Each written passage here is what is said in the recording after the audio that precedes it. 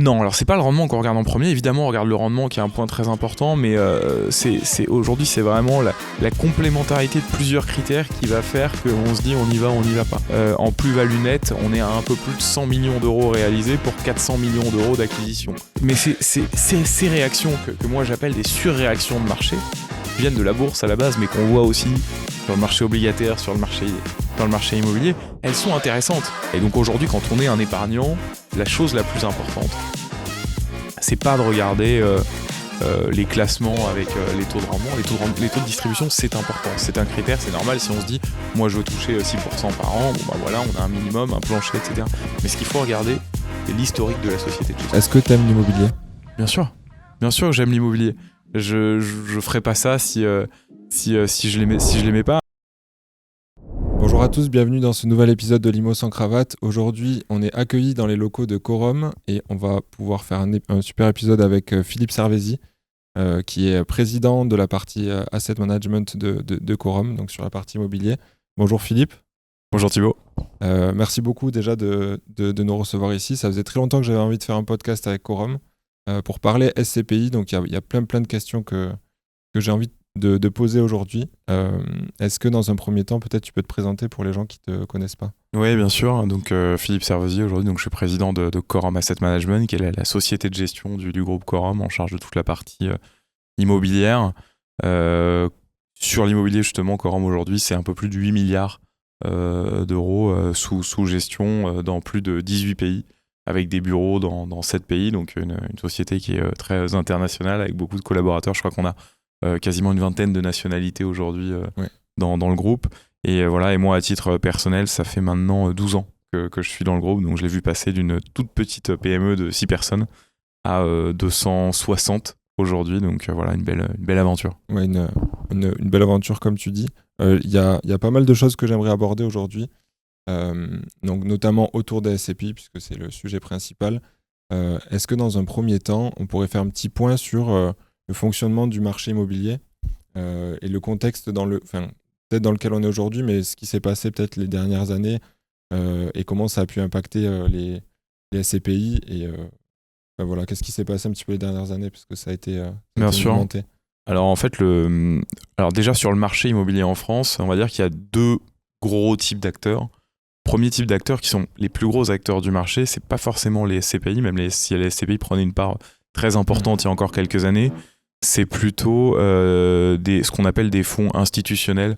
Donc ça va être par exemple des très grosses compagnies d'assurance ou alors des fonds étrangers parfois, notamment issus justement de compagnies d'assurance américaines, de sociétés qui vont investir l'argent par exemple qu'ils ont collecté en assurance vie et qui vont venir s'exposer à l'immobilier parisien, français, etc. Et ensuite il y a ces acteurs SCPI qu'on appelle des acteurs retail. Pourquoi ? Parce que le client derrière est un épargnant. Alors tu me diras, quand c'est un assureur, finalement il y a toujours un épargnant derrière. La seule différence, c'est que quand on fait de la SCPI, on va parler vraiment à l'épargnant en direct, qui va être lui-même en fait associé de la SCPI, qui va acheter les immeubles. Et donc ce qui s'est passé sur les dernières années, qui touchait à la fois des acteurs de SCPI et puis des acteurs institutionnels, c'est que les taux d'intérêt étaient extrêmement bas sur la période, on va dire 2016 à 2022. Et finalement, l'immobilier, et ça en fait, je pense qu'on a tous un biais. L'immobilier, c'est comme les actions ou les obligations, ça reste un produit de taux qui est très lié au taux d'intérêt, dont la valeur en tout cas est très liée au taux d'intérêt. Et en fait, on a tous grandi dans un environnement où nos parents et peut-être nos grands-parents nous disaient non, mais tu peux acheter de l'immobilier, la première chose quand tu grandis, il faut que tu achètes ton appartement, c'est de la pierre, c'est solide. Et en fait, ça nous a tous un peu mis un biais parce que l'immobilier, c'est comme les actions et les obligations, ça peut perdre de la valeur. Alors la seule différence, c'est qu'effectivement, c'est tangible, on peut le toucher. Ouais. Mais si on prend l'exemple de l'immeuble dans lequel on est, c'est un exemple que j'aime bien prendre. Donc là, on est dans le centre de Paris, on a un bel immeuble avec de beaux locataires qui payent bien le loyer. Et en fait, on se rend compte que celui qui va l'acheter en 2019, donc au top du marché, quand l'argent coûte 1%, il va pas du tout payer le même prix que celui qui l'a acheté par exemple en 2009, juste après la crise des subprimes, à une époque où on s'endettait à 5%. Okay. Et c'est là qu'on voit que l'immobilier est finalement très dépendant des taux d'intérêt. Et donc ce qui s'est passé, c'est que ces fameux taux d'intérêt sont fortement remontés. Il y a eu, on en a beaucoup entendu, il y a eu une inflation importante en France et en Europe. Et la conséquence de cette inflation, c'est que la Banque Centrale Européenne a remonté ses taux. Donc on est passé très très rapidement finalement d'une période où l'argent valait moins de 1%. On le voyait pour ceux qui par exemple cherchaient à s'endetter pour faire un investissement immobilier. Ouais, même c'est vrai que d'un point de vue particulier, même en investissement locatif, ça a été une période assez faste. C'était fast, et en fait cette période-là avec des taux d'intérêt très bas, avec l'argent presque gratuit, forcément les conséquences c'est que tous les prix sont tirés vers le haut, puisqu'on se retrouve avec un marché, avec un afflux d'investisseurs, que ce soit des investisseurs particuliers, comme tu le disais sur le marché du résidentiel, des gens qui vont aller acheter un appartement, parce que plus les taux d'intérêt sont bas, plus le niveau de remboursement est bas. Oui, tout simplement. Plus c'est facile finalement d'avoir un investissement rentable avec des loyers qui vont couvrir le remboursement. Et en immobilier, ce qu'on appelle l'immobilier commercial, donc qui va concerner les bureaux, les commerces, l'hôtellerie, la logistique, ce qu'achètent en général les SCPI, c'est finalement un petit peu la même chose. Quand les taux d'intérêt sont très bas, les épargnants vont aller chercher des produits qui vont leur permettre de gagner un peu d'argent, puisque les taux d'intérêt sont bas, donc le livret A était très bas, on était à 0,75%, on gagnait pas grand-chose. Donc en fait, quand on est épargnant, on se dit finalement, quelle solution aujourd'hui me permet de gagner un peu d'argent? Les obligations sont des purs produits de taux, donc c'était aussi, les rendements étaient très faibles, et donc on va sur l'immobilier, avec un rendement moyen des SCPI qui était un peu supérieur à 4%, et donc qui présentait finalement une différence entre ce qu'on appelle le spread avec le taux d'intérêt, qui était assez intéressante, puisqu'on s'endettait à 0,80 et on pouvait toucher 4, 4,5, 5, voire 6% pour les meilleurs à cette période-là. Et donc les gens ont placé beaucoup d'argent sur les SCPI. La collecte des SCPI jusqu'en 2021, c'était 11 milliards d'euros par an. Ok, au global ? Au global, il y avait un vrai afflux sur le marché immobilier, également sur l'immobilier institutionnel, et ça fait que par exemple en France, en 2019, la totalité des investissements réalisés sur le marché français en immobilier commercial, c'était plus de 35 milliards d'euros. Okay. Et pour donner les chiffres aujourd'hui, parce que tu disais, qu'est-ce qui s'est passé ? Il y a eu un événement majeur. Oui, il y a eu cette remontée des taux. En 2025, 3 ans après la remontée des taux et des taux qui ont rebaissé entre-temps, on va faire péniblement 5 milliards sur le marché des SCPI. Donc c'est un marché en collecte. Ouais, okay. Donc c'est un marché qui a été plus que divisé par 2. Et le marché immobilier français... on va attendre le 31 décembre, mais on sera, je pense, autour des 10-11 milliards maximum. Donc là, c'est pareil, ça a été divisé par 3. Okay. Donc c'est des chiffres quand même assez parlants sur le choc de taux qu'on a vécu et ses conséquences sur le marché immobilier. Et là, quand tu parles de ces volumes d'investissement sur l'immobilier en France, c'est uniquement sur la partie SCPI, ou ça compte aussi les institutionnels dont tu as parlé? Ah non, c'est tous les investissements en immobilier commercial. Okay. Donc c'est les SCPI, les assureurs, les fonds étrangers, même les privés, les marchands de biens. C'est vraiment tous les investissements en immobilier commercial qui avaient atteint 35 milliards, qui était une année record en 2019. Ok. Donc quand on parle de cycle immobilier, donc on le voit, ça peut monter, ça peut baisser, et c'est très lié au taux. Est-ce qu'il y a d'autres choses qui expliquent du coup ces cycles, hormis les taux, hormis l'évolution des taux? En fait, il y a des conséquences à l'évolution des taux et à ces cycles, et donc aux évolutions de prix. Et en fait, ce qui s'est passé, si on parle plus spécifiquement du marché des SCPI, c'est que quand vous avez un marché où les prix sont élevés, puisque les taux sont faibles, vous allez avoir tendance à beaucoup collecter. C'est là que le marché immobilier est imparfait. Dans un marché parfait, il faudrait avoir un gros afflux d'argent quand le marché se porte pas très bien, parce que c'est là qu'on fait les meilleures affaires. Ouais. Et il faudrait réussir à contenir en fait la collecte quand le marché immobilier est très cher. Mais dans les faits, c'est exactement l'inverse qui se passe en général. C'est-à-dire que plus il y a d'afflux d'argent, parce que les taux sont bas, plus il va y avoir d'investisseurs, plus il va y avoir de concurrence sur le marché, plus les prix vont être tirés vers le haut. Et donc en fait, ce qui s'est passé, c'est qu'il y a beaucoup d'investisseurs qui ont eu beaucoup d'argent et qui ont donc investi énormément d'argent entre 2016 et 2022 à des prix qui étaient relativement élevés. Et c'est là en fait que le problème de valeur se pose, et qu'on a eu ce fameux problème sur le marché des SCPI avec plusieurs sociétés de gestion qui ont dû baisser les prix de part de leur SCPI et qui ont eu des problèmes de liquidité, on va y revenir. Ouais, on peut en parler. Et c'est là en fait qu'on commence à avoir les problèmes, c'est qu'on se rend compte qu'on a un stock qu'on a payé à un moment de marché qui était un cycle haut, donc on a peut-être un peu surpayé exactement certains immeubles. On a vu aussi qu'entre le Covid et la crise de taux qu'on a connue, forcément la valeur de certains immeubles a fortement baissé. On rentre dans un marché qui en général, même économiquement, au-delà du marché immobilier, est plus difficile, donc on a aussi pas mal de sociétés qui ont des difficultés. Et forcément, ces sociétés, c'est des locataires pour le marché immobilier en général. Hein. L'immobilier, c'est de l'économie réelle. Donc, on a aussi des locataires qui ont plus de mal à payer leur loyer, qui vont avoir tendance soit à réduire leur surface, soit à quitter certaines surfaces qu'elles occupent. Donc, en fait, on rentre un peu dans un cercle vicieux pour certains qui peut être compliqué. Ok, donc la crise qui a démarré à peu près 2 ans sur le marché des SCPI, grosso modo, elle vient du fait que beaucoup d'acteurs, vu que les taux étaient pas chers, ont beaucoup investi. Beaucoup d'investisseurs qui sont rentrés sur le marché à ce moment-là, et du coup qui se retrouvent un petit peu coincés au moment où les taux ont baissé. C'est un peu ça. En fait, on était sur un marché où il y avait de l'argent facile. C'est-à-dire que quelle que soit la thématique avec laquelle on arrivait, il y avait tellement d'argent que c'était assez facile de collecter de l'argent. Et en fait, la difficulté, c'était presque de l'investir. Et l'argent brûlait les mains. Et ensuite, probablement la bonne méthode à ce moment-là, c'est d'essayer vraiment de contrôler cet afflux d'argent. Mais c'est jamais évident. Et puis là, on va toucher à un sujet, et pareil, on aura l'occasion d'en reparler, mais qui dépasse largement le cadre de l'immobilier. C'est que finalement, quand on travaille, par exemple, dans une grande institution bancaire qui a une société de gestion, où l'actionnaire, c'est une banque, c'est très compliqué d'aller demander à l'actionnaire, il faut limiter un peu la collecte, il faut y aller doucement parce que l'immobilier est cher. Et finalement, je disais, on touche à un sujet qui dépasse l'immobilier, qui va être reproduit par exemple dans l'industrie, dans les services. C'est finalement parfois le désalignement d'intérêts entre l'actionnaire et le client final. Est-ce que tu penses du coup que on va dire les sociétés de gestion qui sont rattachées à des banques, est-ce qu'elles vont nécessairement moins performer que des sociétés peut-être plus indépendantes qui ont des... Alors, je ne sais pas si elles vont moins performer, l'avenir nous le dira. Ce qui est certain, c'est que les sociétés de gestion aujourd'hui, filiales de groupes bancaires, sont pour la grande majorité en grande difficulté. Elles font partie de celles qui ont le plus collecté entre 2017 et 2022, parce qu'elles avaient le réseau bancaire derrière, il y avait beaucoup d'argent, donc c'est logique. Elles vont être, de façon générale, pour des sujets de taille aussi, forcément un petit peu moins agiles peut-être que certaines sociétés de gestion indépendantes. Et ce qui est certain, c'est que si on veut réaliser une bonne gestion, il faut être capable à certains moments peut-être de limiter la collecte.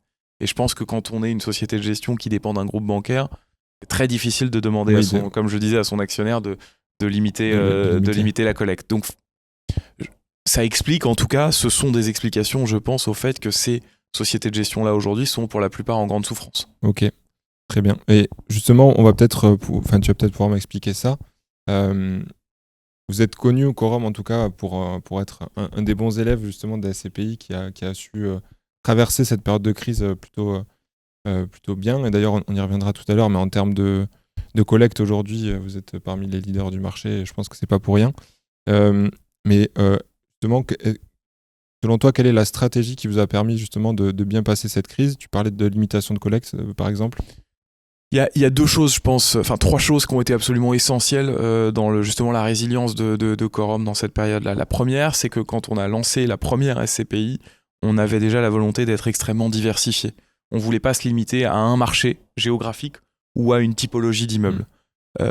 C'est souvent une sorte de piège parce que d'un point de vue marketing, quand on se lance, c'est très intéressant d'avoir une thématique. De dire par exemple, je vais faire que des immeubles très ESG ou je vais faire que de la logistique qui marche beaucoup en ce moment. Donc ça s'entend. Le problème, c'est que dès qu'on se limite à un seul marché, si la SCPI marche bien, on va être victime de son succès. C'est-à-dire qu'on va collecter beaucoup, sauf qu'on s'est un peu limité. Si on se limite juste au marché français, par exemple, très vite, il va falloir se faire assez mal pour pouvoir investir toute la collecte. Il va falloir gagner beaucoup d'appels d'offres et on est sur un terrain de jeu restreint. À l'inverse, plus le terrain est grand, plus on va avoir la possibilité d'investir dans différentes typologies d'immeubles dans différents pays et donc de jouer sur les cycles immobiliers. Parce qu'en général, tous les pays ne sont pas alignés, toutes les typologies d'immeubles ne sont pas alignées. Aujourd'hui, le bureau coûte beaucoup moins cher que la logistique, par exemple. En 2020, juste après le Covid, le commerce et l'hôtellerie étaient vraiment pas chers. En 2015-2016, quand on a lancé Quorum Origine, l'Espagne, le Portugal ou l'Irlande étaient des pays où personne ne voulait aller. Donc les taux de rendement étaient assez intéressants, les prix étaient assez bas. Donc ça, c'est la première chose, je pense, qui nous a protégés, c'est d'être extrêmement diversifié. La deuxième chose qui nous a protégés, c'est qu'on a toujours voulu limiter, on n'en a pas d'ailleurs quasiment pas aujourd'hui, la part des institutionnels dans nos SCPI. Qu'est-ce que ça veut dire ? On en parlait au début. Ça veut dire qu'une compagnie d'assurance qui te propose d'investir 50 millions d'euros ou 100 millions d'euros dans ta SCPI, pour toi en tant que gérant, c'est assez alléchant parce que c'est un gros afflux d'argent qui rentre. Mais si toi demain t'as mis 10 000 euros dans Quorum XL par exemple et que tu veux en sortir, c'est compliqué parce que si j'ai mon assureur qui dit moi je retire mes 50 millions d'abord, je vais mettre du temps à te rembourser toi tes 10 000 euros. C'est ce qui explique aujourd'hui le nombre de parts en attente qu'il y a sur le marché des SCPI et ce qui bloque un peu ce marché-là. Nous, on a toujours refusé justement d'avoir ces assureurs au capital. Le ticket moyen sur nos SCPI, c'est 25 000 euros. Okay. Ça fait qu'on a 160 000 clients aujourd'hui, donc c'est très diversifié.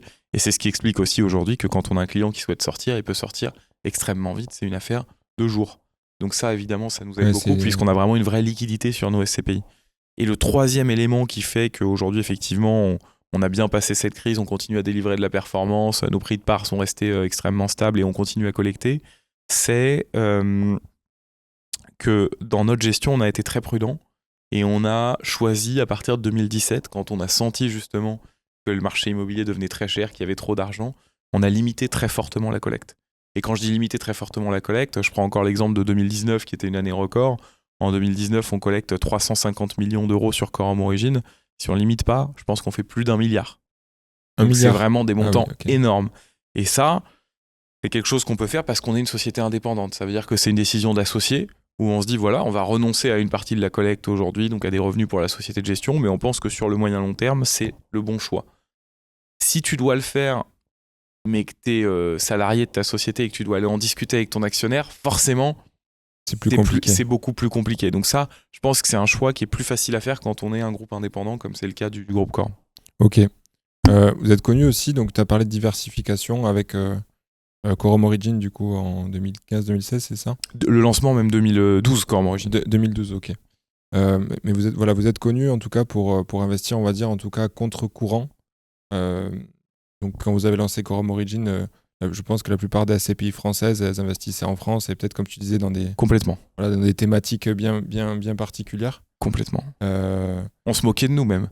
Ouais. C'est assez amusant, d'ailleurs, quand on lance Quorum Origin, les premiers investissements à l'étranger en 2013-2014, Portugal, Espagne, qui sont, il faut se souvenir en fait du contexte. 2013-2014, on est 4-5 ans après la crise des subprimes et on est 2 ans après la crise grecque. Ouais, c'est ça. Et en fait, les journaux à cette époque-là, économiques, font des titres sur plusieurs pays qu'on appelle les PIGS, qui sont en fait le Portugal, l'Irlande, l'Italie, la Grèce et l'Espagne. Et nous, on se retrouve à investir à ce moment-là en Espagne, au Portugal, en Irlande et en Italie, beaucoup entre 2013 et 2015. Et pourquoi on le fait ? C'est juste du bon sens. Le premier investissement qu'on fait en Espagne, pour te donner un exemple très concret, c'est un immeuble de commerce à côté de Barcelone, à Tarragone, qui est occupé par le groupe Metro, donc société allemande très connue. Et on reçoit le même immeuble, mais vraiment le même durée de bail, les deux avaient 8-9 ans de bail environ, qui est situé à côté d'Hambourg en Allemagne. Et il y en a un qu'on nous propose à un rendement de 5%. Alors je vais rappeler pour que ce soit très clair ce que c'est que le rendement, en fait c'est très simple. Ouais. Le rendement d'un immeuble qu'on regarde quand on fait de l'investissement pour une SCPI, c'est le loyer annuel, donc ce que va nous rapporter l'immeuble, qu'on divise par le prix. Et ça va nous donner en fait un rapport, donc un pourcentage. Donc cet immeuble-là, il rapportait 5%. Qu'est-ce que ça veut dire ? Ça veut dire que pour récupérer la mise, il faut 20 ans. Puisque 5% x 20, ça va nous faire 100%, donc on va récupérer la mise. Et à l'inverse, par exemple, si ça nous a rapporté 10%, en 10 ans, on est remboursé. Et on reçoit le même immeuble en Espagne, mais vraiment le même immeuble, mais qui nous est proposé à un rendement supérieur à 8%. À ce moment-là, ça nous semble être du bon sens, parce qu'à la fin, c'est quand même le locataire qui paye le loyer. Hein. Ouais, tout à fait. C'est la même signature, le même groupe, c'est juste qu'il y en a un qui est dans un pays où il y a moins de concurrence, où il y a moins d'afflux d'argent.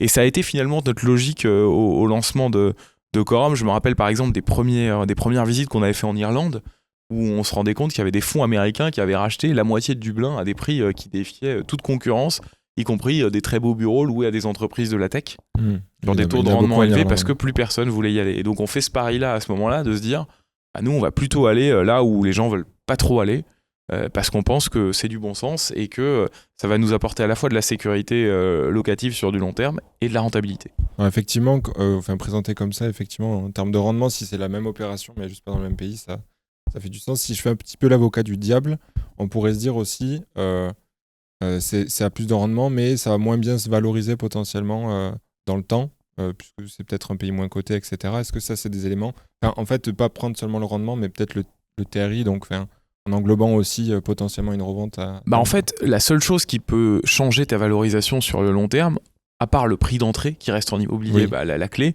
ce serait de voir une potentielle croissance de loyer importante. Mais en fait, la logique est la même. C'est-à-dire qu'à ce moment-là, en Allemagne, les loyers étaient beaucoup plus élevés qu'en Espagne. Donc à l'inverse, en fait, mais ça, tu as raison, c'est très intéressant parce que c'est une vraie idée reçue. On pense que dans les pays considérés comme économiquement les plus forts de la zone euro, même si bon, ça, il faut être très prudent parce qu'on voit l'état de la France aujourd'hui. Oui, je pense que c'est débattable aujourd'hui. Voilà, on pense que le potentiel de valorisation est plus important, mais en fait, où est-ce que tu vas pouvoir créer le plus de valeur ? Tu vas pouvoir créer le plus de valeur si tu pars d'un point le plus bas possible. Et donc, en fait, si tu prends cet immeuble en Espagne, à côté de Barcelone, il avait à la fois un loyer plus faible et un prix beaucoup plus faible, et surtout les ratios, tu prends le prix du mètre carré, tu prends le taux de rendement, etc. Donc, en fait, cet immeuble-là va mieux se valoriser, puisque qu'est-ce qui risque de se passer ? C'est que le calcul qu'on fait à ce moment-là de se dire l'Espagne, ça reste intéressant, ça va se redresser, on peut penser que 3 ou 4 ans après, il y a beaucoup d'autres investisseurs qui vont faire la même analyse, qui vont juste attendre un peu, peut-être laisser passer cette période d'instabilité pour certains de ces pays, notamment du sud de l'Europe, et puis finalement y venir en disant c'est intéressant. Mais ils vont tous y venir en même temps. Et donc ce moment où ils vont tous y venir en même temps, forcément ça va tirer les prix vers le haut. Et ce qui est assez amusant, c'est que l'immeuble dont je parle, qu'on a acheté en 2013, on l'a revendu en 2017 à une SCPI française, avec une très très grosse plus-value. Et c'est, tu vois, plutôt l'illustration de cette chose, c'est-à-dire qu'en 2017, quand beaucoup se sont rendus compte que la France et l'Allemagne devenaient vraiment extrêmement chères, ils ont commencé à regarder ailleurs. D'autres pays d'Europe. Et donc l'Espagne est devenue intéressante. Ok, super intéressant. Vous avez aussi, après Origin, lancé Quorum XL, qui avait pour objectif d'investir... notamment au Royaume-Uni. Du coup, pareil, quelle était l'idée du coup derrière ce mouvement-là ? En fait, on arrive en 2016-2017 et on se rend compte que le marché immobilier commence à être très cher un peu partout en Europe. Parce qu'il y a tellement d'argent que même ce qui était considéré comme le parent pauvre de l'immobilier à l'époque, qui était la logistique, nous c'est amusant parce qu'en 2015, beaucoup nous critiquaient en disant oui, ils ont 25% de logistique dans le patrimoine quand même. C'est aussi pour ça qu'ils font des rendements élevés. Et puis petit à petit, il y a l'essor du e-commerce et la logistique devient intéressante. Et en fait, on se rend compte qu'il y a tellement d'argent en Europe que tout devient cher. Et c'est le moment où on décide de limiter Quorum Origin. On se dit, il va falloir limiter. On se rend compte qu'il va falloir qu'on limite la collecte. Parce qu'on voit en fait la croissance de la collecte chaque année sur Quorum Origin. Et on se dit, en fait, on va passer les 400-500 millions d'euros là. Et ça va devenir très compliqué de continuer à investir dans de bonnes conditions avec les convictions qu'on a sur le marché immobilier. Donc on prend la décision de limiter Quorum Origin. Et évidemment, nous, notre travail à ce moment-là, c'est aussi de trouver un relais de croissance pour la société de gestion. Et il y a un événement qui bouscule tout au cours de l'année 2016 que personne n'attendait, c'est le Brexit. Parce qu'en fait, tu as le plus gros marché immobilier d'Europe, puisqu'à l'époque c'était l'Europe, qui est le Royaume-Uni. Pour donner un comparable, on parlait de la France tout à l'heure, on se disait c'est 35 milliards d'euros les bonnes années. Le Royaume-Uni, les bonnes années avant le Brexit, ça a dépassé 75-80 milliards d'investissement. Donc c'était vraiment la porte d'entrée en Europe pour tout le monde, pour les Américains, notamment pour les pays du Golfe. Voilà. Et c'est un marché très favorable à l'investisseur, avec des deals qui vont très vite, un environnement juridique réglementaire très favorable aux propriétaires. Voilà. Du coup, c'était un marché très apprécié. Et puis il y a le Brexit qui arrive. Et au moment où le Brexit arrive, il faut savoir qu'il y a beaucoup de dossiers en cours qui ont des clauses Brexit. Ça veut dire que l'investisseur qui a signé une promesse de vente en Angleterre, il dit si jamais le Brexit passe, je peux sortir du deal.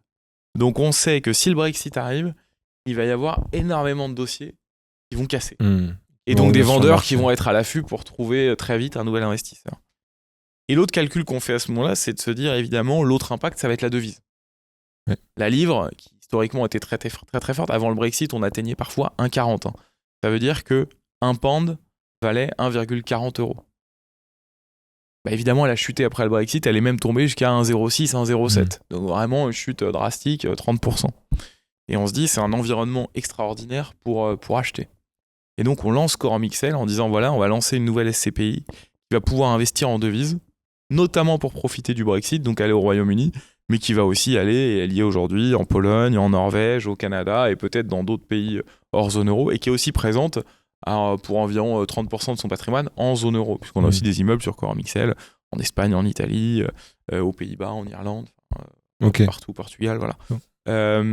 Et donc, on a ce moment de marché formidable pour investir au Royaume-Uni.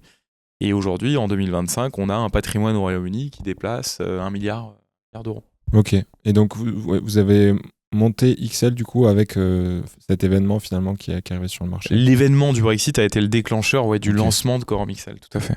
Ok, donc encore une fois, et je suppose que, encore une fois, potentiellement, pour d'autres sociétés de gestion, d'autres investisseurs, c'était un moment où peut-être ça a plus fait peur que... Complètement. Ouais. Comme d'habitude, en fait, l'instabilité, pour nous, elle crée l'opportunité. Mais pour beaucoup d'investisseurs, au contraire, on s'en éloigne. Donc en fait, on avait très très peu de Français, voire aucun Français qui était présent au Royaume-Uni jusqu'à il y a 2 ans, où il y a pas mal notamment de SCPI françaises qui ont commencé à regarder en 2023. Mais c'est vrai que de 2017 à 2023, on était assez seuls. Je parle des Français. Les Américains étaient encore là parce qu'eux ont un peu cette même logique quand même d'opportunité. Mais c'est vrai qu'il y avait moins de monde. Et donc c'était vraiment, vraiment intéressant. Et comme je le disais, c'est un marché très favorable où on peut avancer extrêmement vite. La moyenne pour signer un dossier en Angleterre, c'est 6 semaines. Ok. En France, c'est comme quand on achète un appartement, il y a la préemption, il y a les notaires, il n'y a pas de notaire au Royaume-Uni, donc ça prend, en général, ça prend 6 mois. Ouais, c'est beaucoup plus long. C'est quand même différent. Et c'est très important parce que la mécanique d'une SCPI, c'est quand même de collecter et d'investir l'argent le plus vite possible. Donc pour ce faire, le Royaume-Uni est vraiment un marché intéressant pour une société de gestion. Ok, super. Là, vous avez sorti votre on va dire petit dernier il y a à peu près 1 an, je crois, Quorum USA. J'ai l'impression à t'entendre parler que c'est à peu près la même logique. Opportunité aux États-Unis, dollar dévalorisé en ce moment. Alors c'est exactement la même logique, sauf qu'on a eu de la chance sur le dollar. Je t'explique. C'était pas prévu. En fait, on décide de lancer Quorum USA. Alors les premières discussions, c'est même fin 2022, mais le lancement se fait parce que c'est long, il y a beaucoup de travail avant.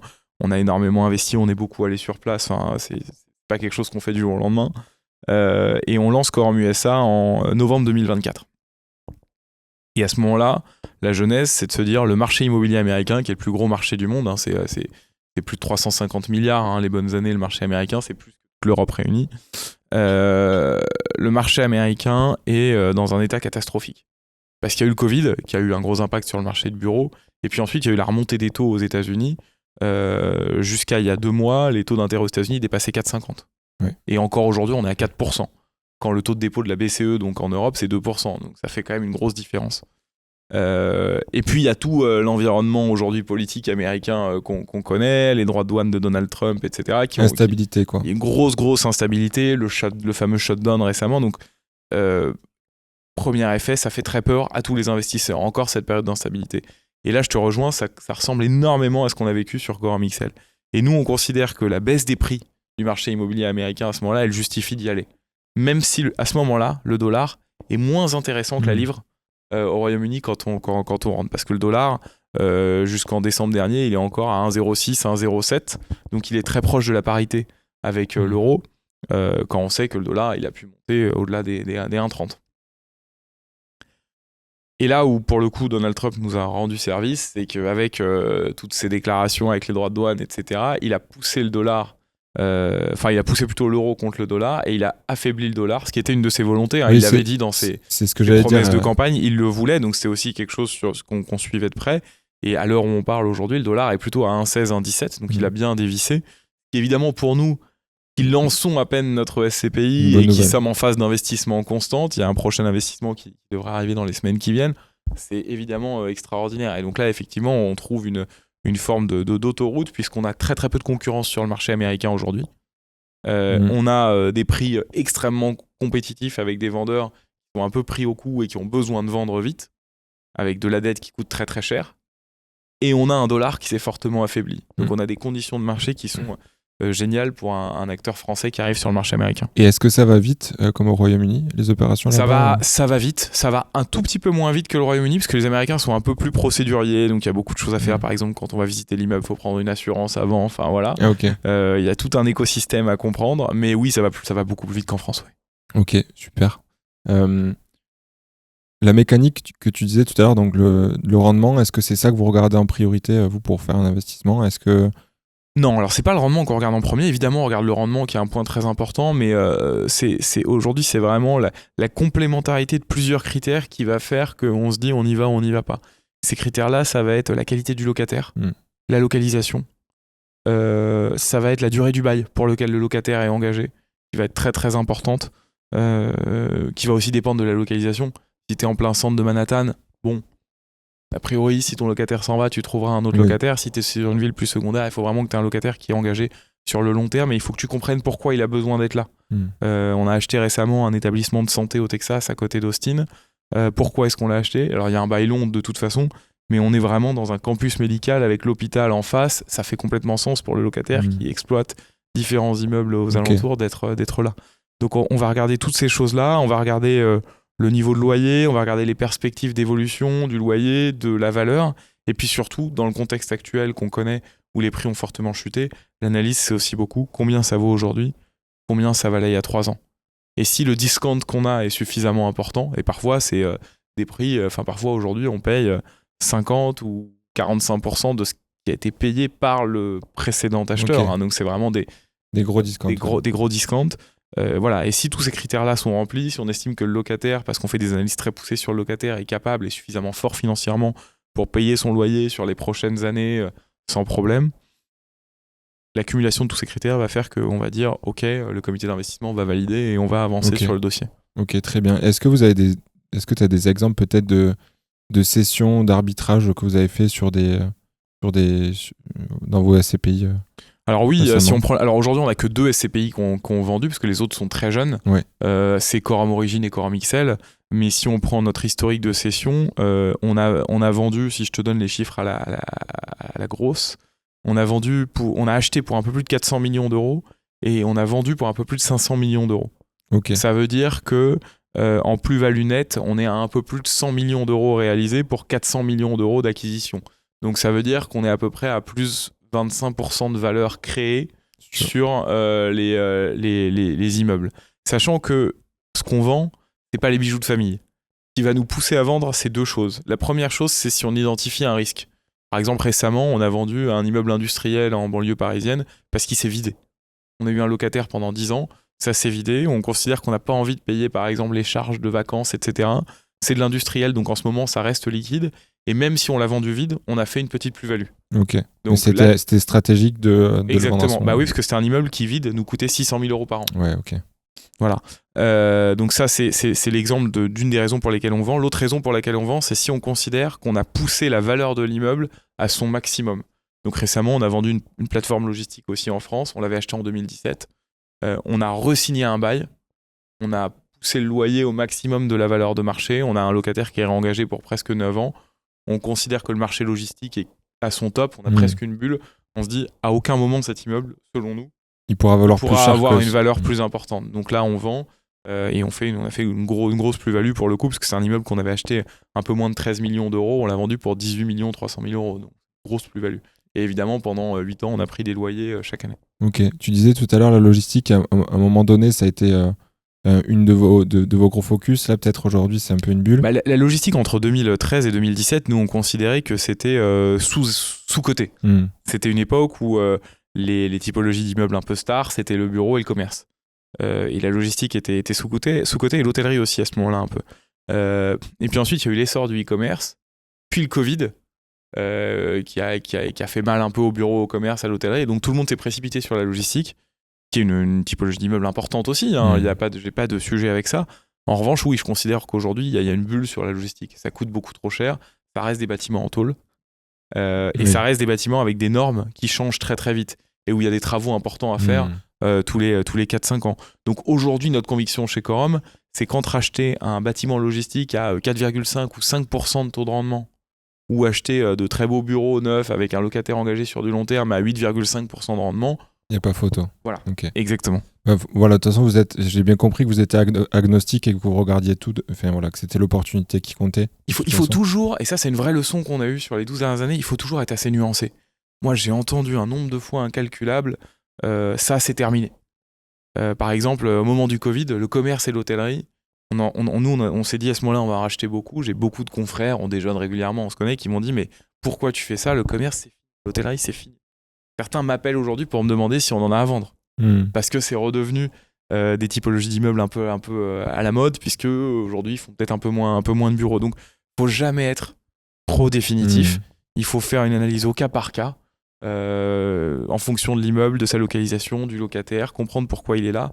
Et il faut rester nuancé et garder le sang-froid. De toute façon, je pense en immobilier particulièrement, mais enfin, on va dire dans l'investissement de manière générale, c'est très dur de scaler des bonnes affaires, on va dire. C'est-à-dire que c'est très dur d'industrialiser les bonnes affaires. En fait, le problème, c'est que quand tu as une bonne idée, en général, tout le monde va avoir la même. Ouais. Quand tout le monde a voulu faire de la santé au moment du Covid, ça a créé une pression énorme sur l'immobilier de santé. La logique, je la comprenais. Tu as une population vieillissante, tu vois que aujourd'hui, c'est pas très bien géré en France, qu'on peut faire mieux. Tu as des opérateurs qui peuvent s'engager sur des baux très longs. Je comprends la logique, mais si tout le monde a la même idée, tu te retrouves avec du coup, pareil, des immeubles que tu vas surpayer, tu vas créer une bulle. En fait, on est des machines, pas seulement dans l'immobilier, dans l'investissement en général, on est des machines à créer des bulles. Ouais, clairement. La crypto, on a un très bon exemple en ce moment. Quand tout le monde achète du Bitcoin au même moment, tu fais monter le prix. À l'inverse, dès qu'il y a une annonce négative sur la crypto, comme récemment, on voit que ça redescend. Ou la tech américaine aussi. La tech américaine est un très bon exemple. Et on le voit avec, par exemple, Nvidia, qui a annoncé ses résultats hier. Et on voit en fait que ça pousse tout le domaine de l'intelligence artificielle vers le haut. C'est devenu un marqueur comme LVMH pour le luxe. Ouais, alors que la bonne analyse, elle devrait se faire entreprise par entreprise, puisque chaque entreprise est différente. Mais ces réactions que moi j'appelle des surréactions de marché, qui viennent de la bourse à la base, mais qu'on voit aussi sur le marché obligataire, sur le marché immobilier, elles sont intéressantes. Parce que c'est ça qui crée des opportunités. C'est ça qui va créer de l'opportunité, exactement. Donc nous, on est ravis justement qu'il y ait ces surréactions. Il faut juste essayer de les anticiper un peu. C'est aussi pour ça que dans le groupe Quorum, c'est super d'avoir l'expertise obligataire, parce qu'on échange régulièrement avec les gérants obligataires et que ça nous permet aussi de déceler des tendances de marché, puisqu'en général, la tendance, elle ne va pas s'appliquer qu'au marché immobilier, elle va toucher tout le marché de l'investissement. Parfait. Merci Philippe pour ces éclairages. Est-ce qu'aujourd'hui, vous avez une typologie d'actifs, on va dire, là, on parle aujourd'hui, fin d'année 2025. Est-ce qu'il y a une typologie d'actifs que vous regardez plus que d'autres, qui vous intéresse en ce moment ? Ce qu'on regarde le plus en ce moment, c'est le bureau. Okay. Pourquoi ? Parce que c'est celle que personne ne veut. Et encore, je suis un peu négatif quand je dis ça, parce qu'il y a 1 an et demi, le bureau, c'était un gros mot, par exemple, notamment auprès des fonds américains. Aujourd'hui, on voit qu'ils y reviennent quand même. Ils y reviennent petit à petit parce qu'ils se rendent compte que le marché de bureau, c'est quand même 50 à 60% du stock immobilier. Donc quand on recommence à avoir de l'argent, même si on essaye de faire un peu de choses différentes, du commerce, de la logistique, de l'hôtellerie, du data center, on remet du bureau. Pourquoi est-ce qu'on fait du bureau ? Parce qu'on considère qu'aujourd'hui, c'est là qu'on fait les meilleures affaires. On parlait de surréaction de marché, c'est là que les prix ont le plus baissé, de façon probablement excessive de notre point de vue. En revanche, il ne faut pas faire n'importe quoi. Ça veut dire que quand on achète du bureau aujourd'hui, il faut que ce soit plutôt du bureau neuf, performant énergétiquement, très bien loué, avec de bons locataires, dans des localisations qui font sens pour ces locataires. Et il faut avoir le discount suffisant sur le prix pour pouvoir se positionner. Et puis c'est du bureau différent. Ça veut dire qu'aujourd'hui, on voit que les entreprises ont quand même envie de ramener les gens au bureau. Il y a de moins en moins de télétravail, même si on gardera cette forme de flexibilité. En revanche, quand on est un chef d'entreprise, il faut offrir des services à ses salariés. Il faut qu'il y ait des offres de restauration, il faut qu'il y ait des salles de sport. Voilà, donc c'est des environnements un peu différents, mais on voit que les gens reviennent au bureau. On a besoin d'avoir des bureaux, d'échanger pour que l'entreprise ait une ADN. On le voit, nous, au quotidien chez Quorum. Donc je dirais qu'aujourd'hui, c'est ça qui nous intéresse le plus, mais on regarde aussi beaucoup d'hôtellerie, on regarde aussi beaucoup de commerce. On regarde la logistique, même si c'est beaucoup plus difficile aujourd'hui en termes de prix. On a réussi à faire un peu de santé, un peu d'éducation. Donc on continue à être très diversifié, mais c'est aujourd'hui plus sur le bureau qu'on voit les meilleures affaires. Ok. Du coup, le discount qu'il y a aujourd'hui sur le bureau, c'est une conséquence du Covid, entre guillemets ? C'est parce que ça s'est vidé à un moment, du coup ça a été moins attrayant ou... C'est la suite du Covid, du télétravail, et aussi finalement de certaines entreprises qui ont dû faire des économies à un moment à cause du contexte économique et qui ont aussi pris un peu moins de mètres carrés, donc moins de surface à certains endroits, et forcément ça a un impact pour les investisseurs. Ils sont un peu plus méfiants, ils voient que dans certaines zones ils doivent donner beaucoup plus de franchise de loyer par exemple, que certains loyers ont baissé, donc c'est plus difficile. Après il y a des indicateurs qui sont passionnants, c'est aussi pour ça qu'on trouve que l'immobilier de bureau reste intéressant. Une zone comme la Défense, qui est la zone symbolique par excellence du quartier d'affaires, c'est le plus grand quartier d'affaires en Europe, les prix ont énormément chuté, les loyers ont beaucoup chuté, notamment ce qu'on appelle le loyer économique, c'est-à-dire le loyer retraité de la franchise. Ok. Mais la conséquence de ça, c'est quoi? C'est que pour un chef d'entreprise aujourd'hui, Il peut aller exactement, entre payer le loyer du centre de Paris qui a fait que monter ces dernières années et aller payer un loyer beaucoup plus faible à la Défense, ça redevient intéressant d'aller à la Défense. Conséquence, la demande placée à la Défense l'an dernier et le nombre de prises à bail, ça a été une année record en 2024. Ce qui est dingue, parce qu'on a lu énormément d'articles dans les journaux qui disaient que la Défense souffrait énormément. Mais sauf qu'un chef d'entreprise malin, il se dit, attends, moi aujourd'hui, si je suis dans Paris, dans le centre de Paris, je vais payer entre 1100 et 1200 euros du mètre carré, avec très très peu de franchise. Si je vais à la Défense, je vais payer entre 450 et 500 euros du mètre carré, et je vais avoir tellement de franchise que mon vrai loyer économique, il va descendre à 350-300 euros du mètre carré. Ouais, en 2019, donc avant le Covid, tu payais 450 euros le loyer économique à la Défense et tu payais 750 à Paris. Ouais, donc le différentiel était 300 euros du mètre carré. Bon, ça faisait sens. Il y en a un où tu es en plein centre de Paris, l'autre est dans un quartier d'affaires bien desservi. Aujourd'hui, le delta, il est énorme. Ouais, et donc, forcément, le chef d'entreprise malin, il se dit, je vais quand même commencer à me poser la question. Et à l'inverse, Paris est tellement monté que même pour les acteurs classiques du centre d'affaires de Paris, donc les fonds de private equity, les sociétés de gestion, les cabinets d'avocats, les banques d'affaires, ça devient difficile de payer le loyer. Ouais, c'est clair. Ça doit représenter du coup une grosse part de... Et c'est un très très bel exemple du côté cyclique de l'immobilier et de son lien avec l'économie réelle. Et ça, c'est très intéressant. Nous, on a une équipe recherche qui est très fournie, qui suit ces tendances-là et qu'on suit de très près parce que pour nous, c'est les meilleurs indicateurs pour nos choix de gestion derrière. En se disant, là, oui, je pense que tel immeuble, sa valeur, elle est au plus bas, sa valeur en prix du mètre carré, sa valeur locative, et je pense qu'elle peut que monter. C'est pour ça qu'on revient en France, nous, depuis peu, et par exemple, qu'on a aussi acheté à la Défense. Ok, super intéressant. Et justement, comment vos équipes recherche, elles vont voir ces données-là? Est-ce que vous avez développé des outils en interne? Est-ce que c'est via des sites? Il y a à la fois des outils internes qu'on a développés et aussi des bases de données mondiales très connues, parce que nous, la difficulté, c'est que ces analyses-là, on doit les faire dans une vingtaine de pays. Donc, même un peu plus, parce qu'on est présent dans 20 pays, mais on monitore plus de 35 pays dans le monde qui pourraient être de nouveaux pays dans lesquels on rentre, par exemple, pour Core Mixel. Donc, on a des outils mondiaux, plutôt très pointus. L'intelligence artificielle nous aide énormément aussi. Ça, pour le coup, c'est un vrai gain de temps. Et puis après, on a aussi des gens qui vont sur le terrain parce que ça reste de l'immobilier. On peut pas remplacer le terrain. Ouais, exactement. Ok, super. Peut-être on peut revenir un petit peu en arrière, dans le déroulement, on va dire, de l'épisode, mais la plupart qui écoutent ce podcast connaissent les SCPI. Ils en ont probablement déjà dans leur portefeuille.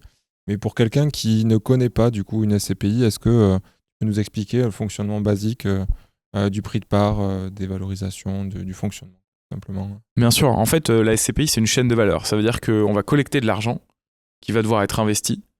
L'investissement va générer des loyers qui vont être versés sous forme de dividendes aux clients.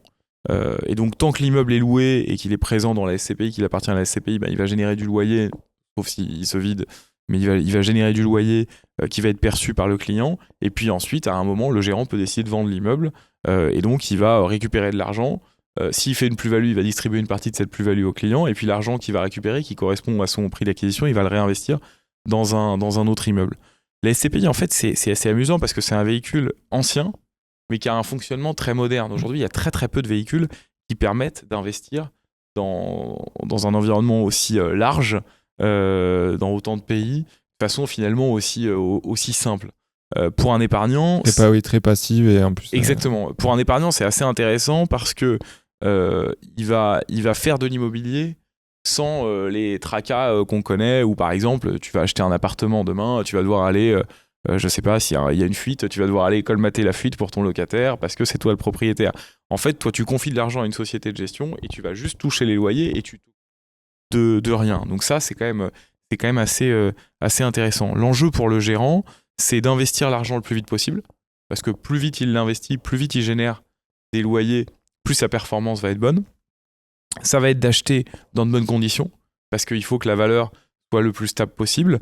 En fait, toi, quand tu rentres dans la SCPI, tu rentres à une certaine valeur de part. Donc, disons que c'est 100 euros la part de la SCPI. Si tu rentres à 100 euros, chaque année, en fait, il va y avoir un expert indépendant qui va expertiser le patrimoine de ta SCPI. Donc imaginons qu'il y ait 5 immeubles dans ta SCPI, il va aller voir les 5 immeubles et il va dire cet immeuble il vaut tant, il vaut tant, il vaut tant.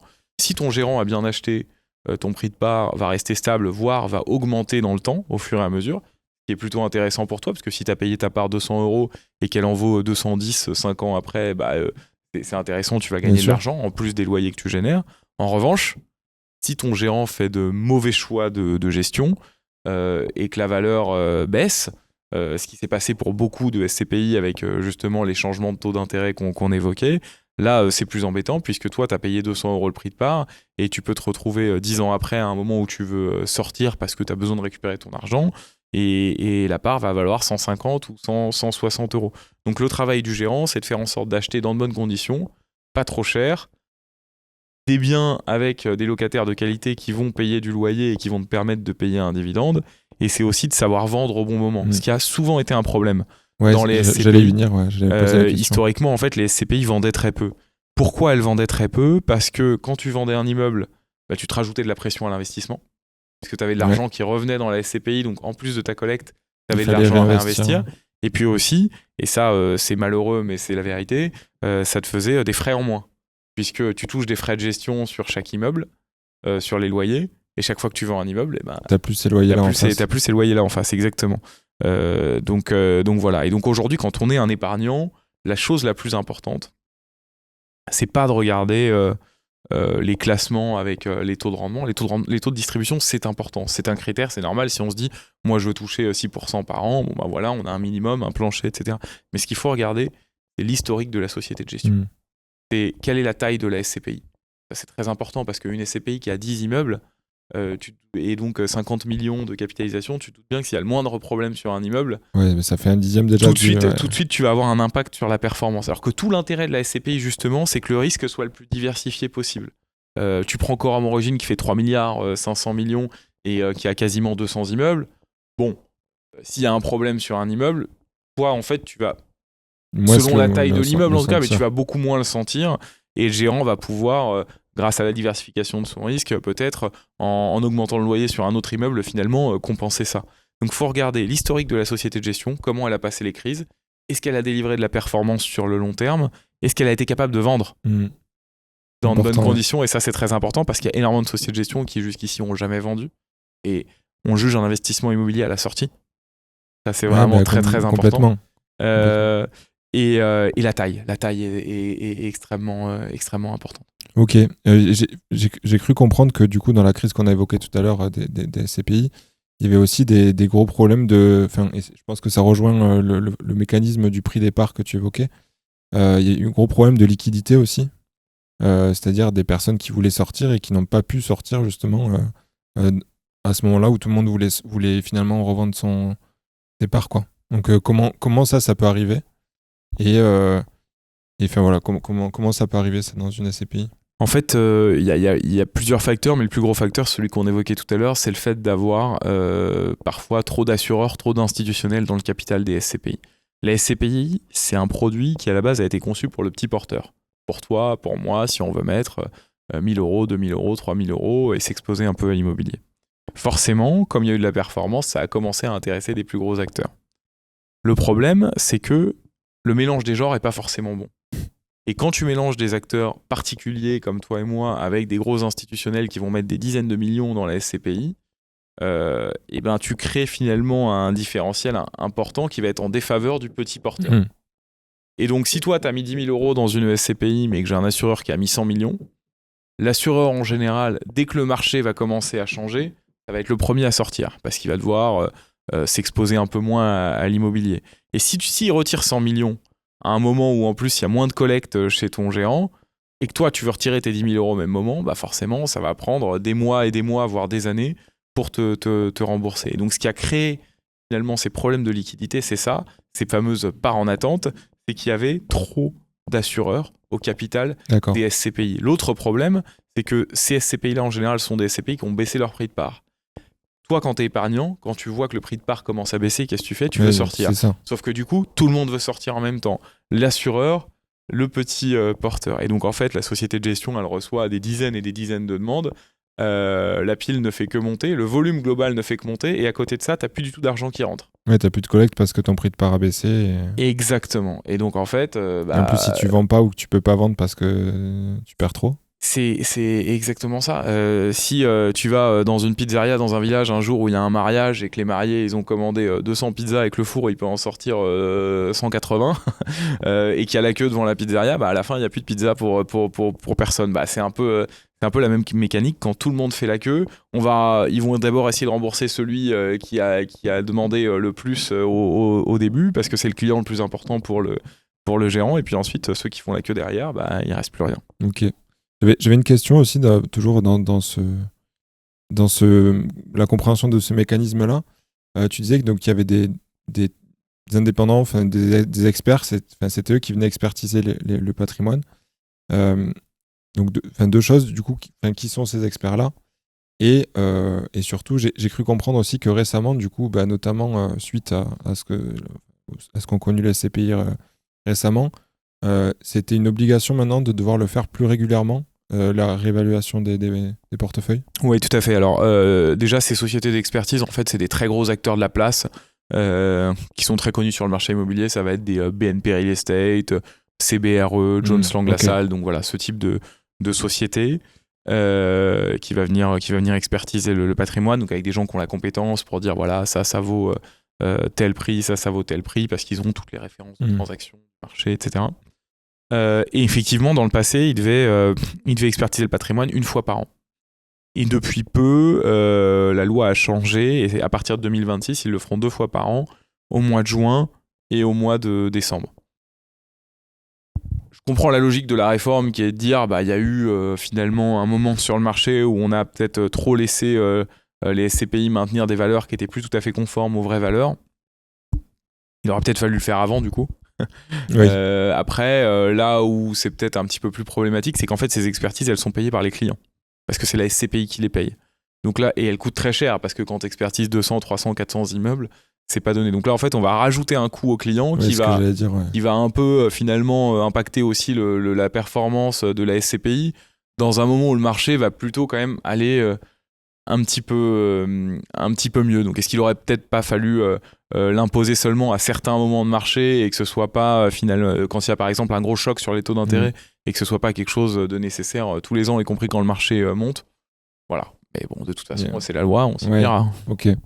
Oui, du coup, il y a débat sur l'utilité de le faire aussi régulièrement, quoi. En tout cas, je pense qu'il y a débat sur le timing. Et l'immobilier, c'est un temps long. Donc, de toute façon, tous les 6 mois, sauf s'il y a un gros choc de taux, c'est ce que je disais, il ne va pas y avoir de gros, c'est vrai. de gros impacts. Ouais. Si on en vient un petit peu plus au fonctionnement de Quorum sur votre gestion, donc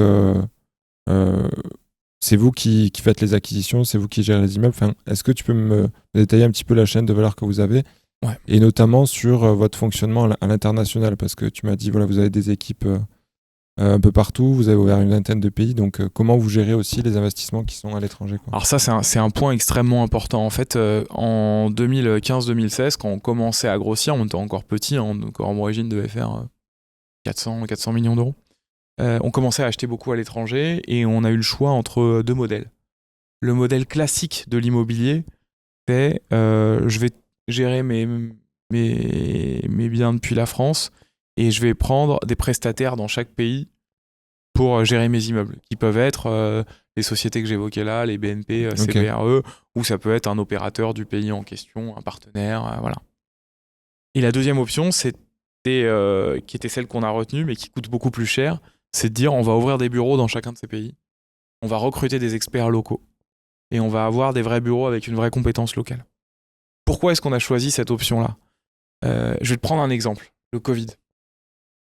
Pendant le Covid, je recevais des demandes de locataires dans tous les pays dans lesquels on est. Souvent les plus grosses entreprises, parce que c'est les mieux organisés. Ceux qui t'écrivent en premier, c'est Accor, c'est des boîtes comme ça.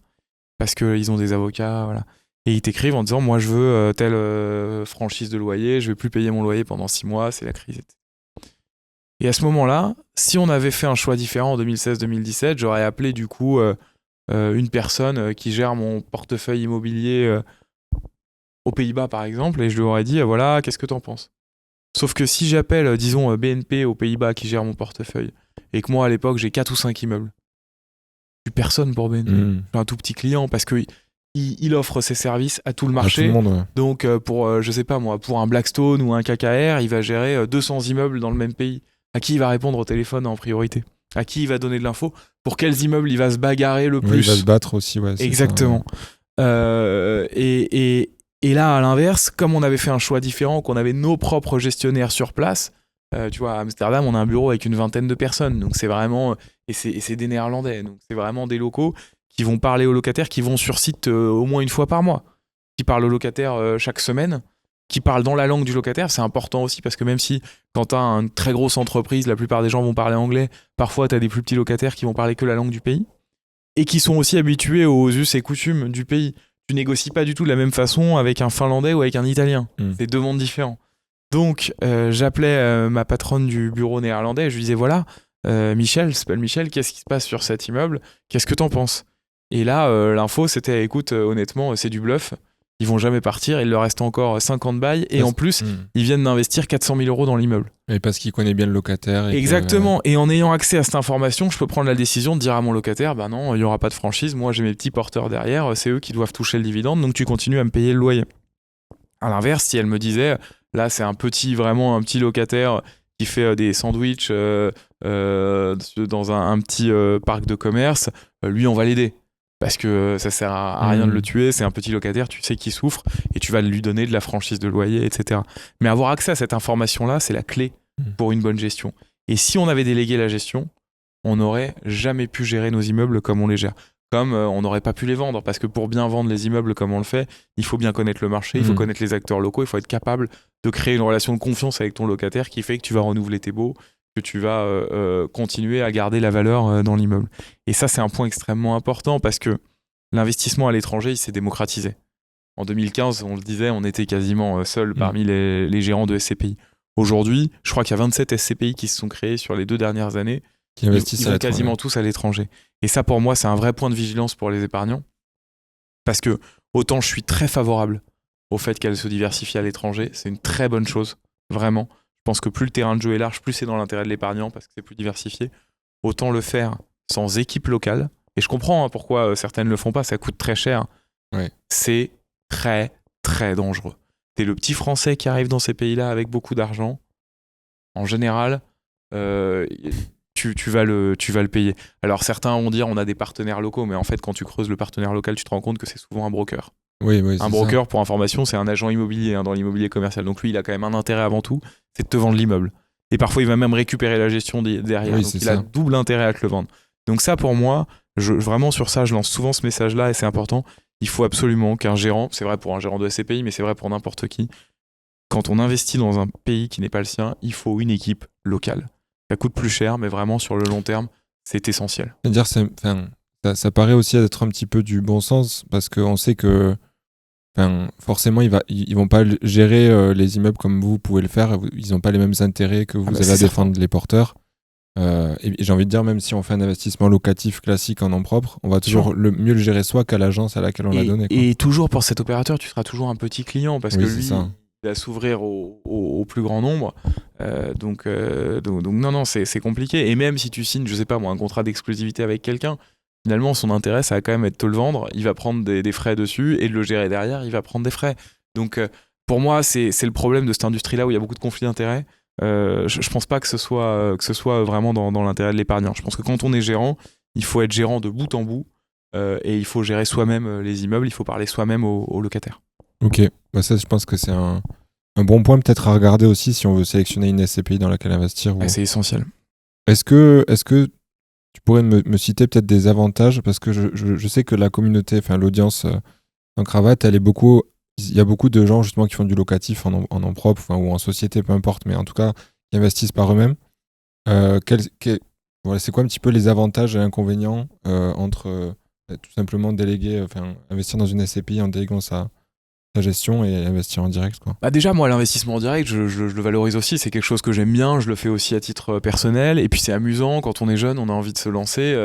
Moi, c'est quelque chose que j'encourage aussi. Je pense que c'est quelque chose d'intéressant. Il faut le faire dans de bonnes conditions. C'est-à-dire qu'il faut avoir un bon réseau. Oui. Il faut avoir des gens qui vont vous vendre les appartements, par exemple, en qui vous avez confiance. Il faut connaître peut-être des agents immobiliers. Il faut avoir des informations de marché aussi. Et aujourd'hui, c'est assez facile d'accès. Sur la base, par exemple, des notaires, aujourd'hui, on trouve en libre accès, par exemple, toutes les transactions dans les immeubles parisiens. Donc, en fait, on a accès à ça. On sait combien c'est vendu tel appartement, tel appartement. Il y a beaucoup de données maintenant qui sont accessibles. Exactement. Et il faut pas avoir peur du timing. Et quand je dis pas avoir peur du timing, c'est ce que j'évoquais au début. Ça veut dire que c'est souvent mieux d'investir dans un moment où les taux d'intérêt sont plus élevés. Donc oui, ça va nous coûter plus cher. C'est-à-dire que l'effort d'épargne en ce moment, si tu t'endettes à 3,5, il va te coûter beaucoup plus cher que l'effort d'épargne en 2019 quand tu t'endettais à 1%. Mais souvent, tu feras une meilleure affaire si tu achètes maintenant. Parce que tu vas payer ton bien moins cher. Alors, il faut être sûr d'avoir ce discount-là, mais tu vas le payer moins cher et ton taux d'intérêt, tu pourras le renégocier. Dans 2 ou 3 ans, si on retrouve un niveau de taux d'intérêt plus faible, tu pourras aller renégocier avec ta banque. À l'inverse, effectivement, si tu as acheté en 2019, tu as un taux d'intérêt qui est très confortable aujourd'hui, donc un niveau de remboursement qui est bon. Par contre, est-ce que tu vas retrouver ta valeur si tu veux vendre aujourd'hui ? C'est plus difficile. Donc parfois, il ne faut pas avoir peur justement de faire un investissement qui va coûter un peu plus cher en effort d'épargne, mais au meilleur timing. Et le timing en immobilier, c'est très important. Maintenant, le problème de l'immobilier locatif, c'est qu'au bout d'un moment, tu commences à avoir 1, 2 appartements, tu te rends compte que ça prend du temps. Oui, il y a toujours des petites... Et ça, c'est dans le meilleur des cas, c'est-à-dire quand tu n'as pas eu une mauvaise surprise sur ton locataire, parce que quand tu investis en France, tu sais aussi que le locataire est très protégé, donc parfois, faut être sûr qu'il va payer le loyer, faut être sûr de ton dossier, faut que ton appartement techniquement ait pas trop de problèmes, parce que très vite, si tu as un dégât des eaux, ça peut coûter très cher, voilà. Et donc c'est vrai que la SCPI, c'est plutôt une bonne réponse à ça, quand on veut continuer à investir sans les tracas de l'immobilier locatif, puisqu'on confie de l'argent à un gérant, et nous, en fait, c'est un investissement qui est financier, en fait, la SCPI. Le sous-jacent immobilier, mais toi, tu touches du dividende, donc c'est un investissement financier où tu dis, voilà, je vais m'exposer à l'immobilier d'une autre façon, qui sera de l'immobilier plutôt commercial, qui en plus fluctue plus et plus volatile que l'immobilier résidentiel. Ouais. Mais ça, c'est intéressant, parce que la volatilité crée de l'opportunité. Si ton gérant le gère bien, encore une fois, ça c'est très important, mais la volatilité va faire que tu vas pouvoir faire de meilleures affaires à certains moments et donc créer peut-être plus de valeur. L'immobilier parisien, quand ça baisse de 5%, c'est déjà pas mal.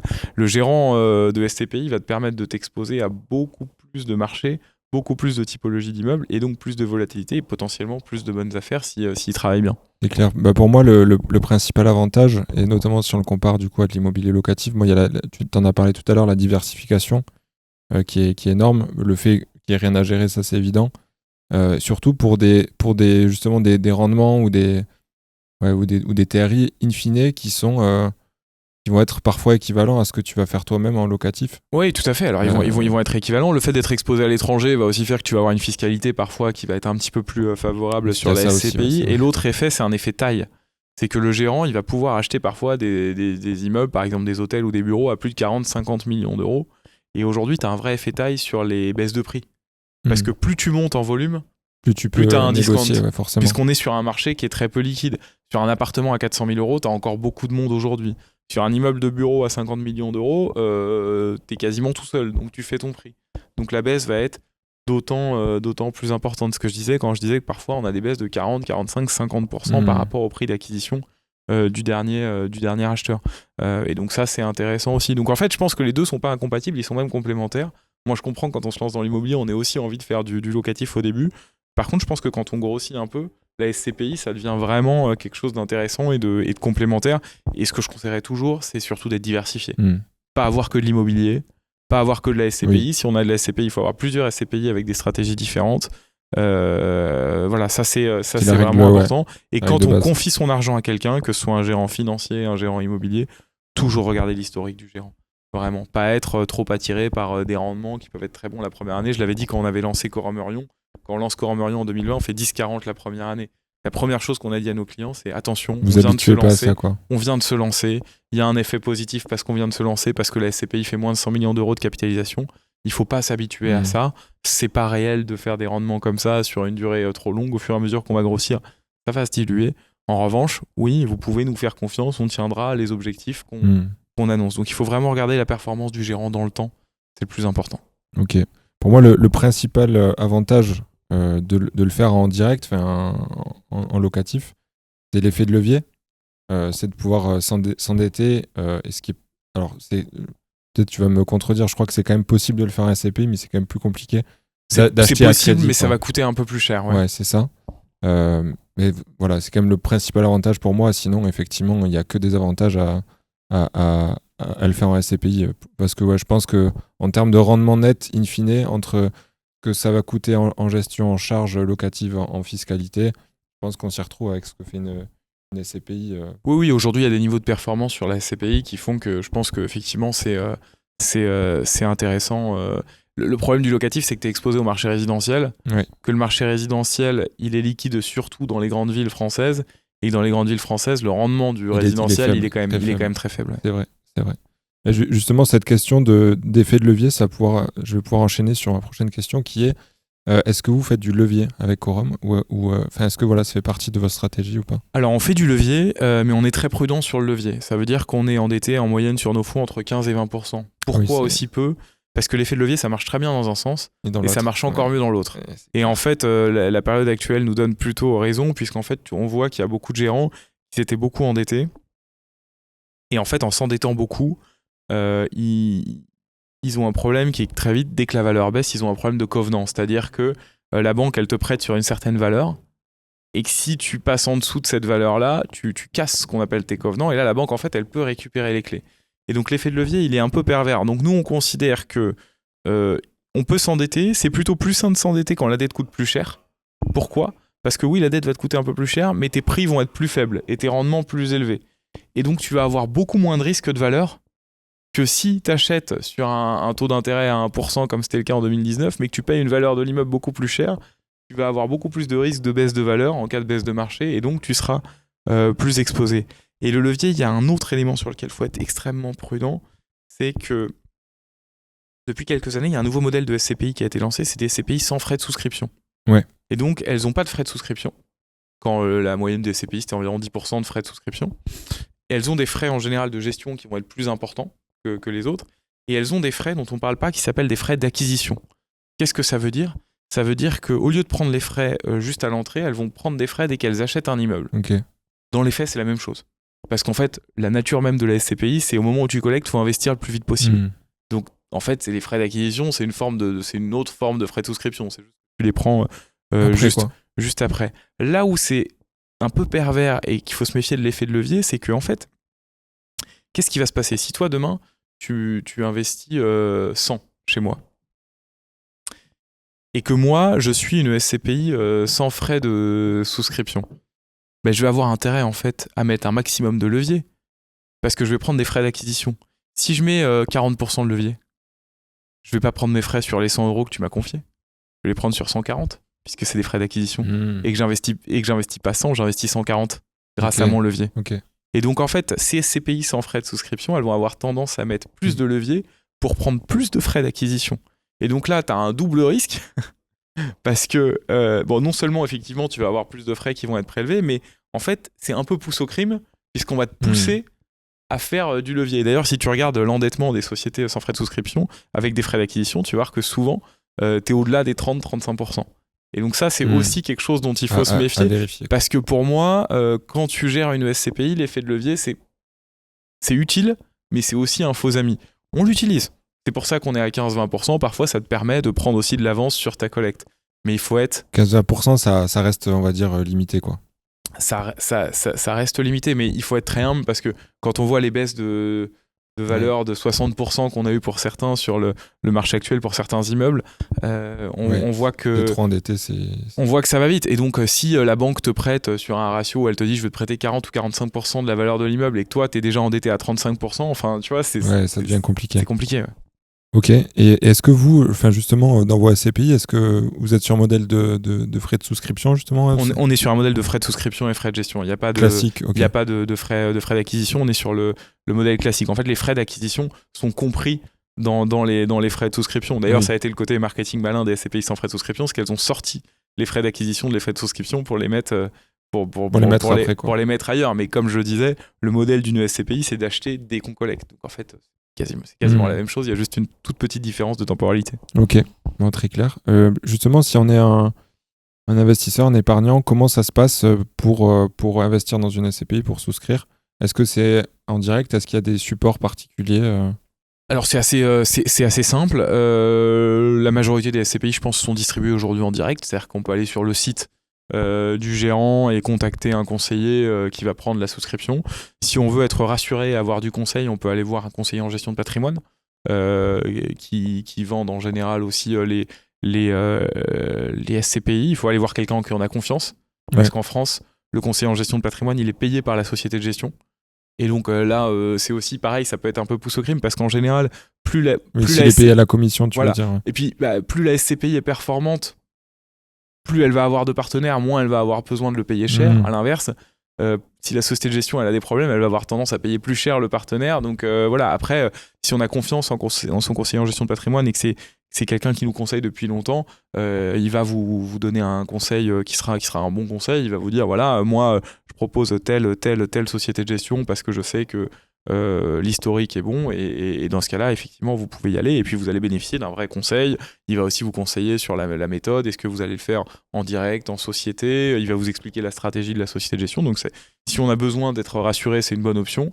Si à l'inverse, on estime qu'on a une bonne éducation financière, qu'on est vraiment convaincu sur le produit, là, pour le coup, c'est intéressant d'aller voir la société de gestion en direct parce qu'on parle en direct au conseiller de la société de gestion qui pourra vous renseigner quand même sur beaucoup de choses. Ok, et ça se fait à travers des supports particuliers Ça peut se faire en ligne, tout simplement, via le site internet. Par exemple, si tu vas sur quorum.fr, tu te connectes, tu peux souscrire en ligne, ça te prend quelques minutes. Ça peut se faire en direct. Nous, on a des clients qui viennent là dans les bureaux, qui viennent rencontrer les conseillers, et je le comprends très bien. Parce que tu confies l'épargne, c'est de la confiance. L'épargne, c'est que de la confiance. Donc, tu viens, tu rencontres quelqu'un, tu vois qu'il y a des gens dans le bureau, etc. Tu signes ton bulletin de souscription. Donc, je le comprends aussi parfaitement. Donc, voilà, c'est vraiment selon la préférence du client, son niveau de confiance que ça se fait. Ok. Et en termes de fiscalité, ça se passe comment pour un investisseur? Alors, en fait, la SCPI, c'est un véhicule qui est transparent fiscalement. Donc en fait, la fiscalité, ça va être la fiscalité in fine de l'investisseur. Si la SCPI investit à 100% en France. Si je prends l'exemple des SCPI Quorum, nous, on est très investi à l'étranger. Donc en fait, la fiscalité va être un peu différente.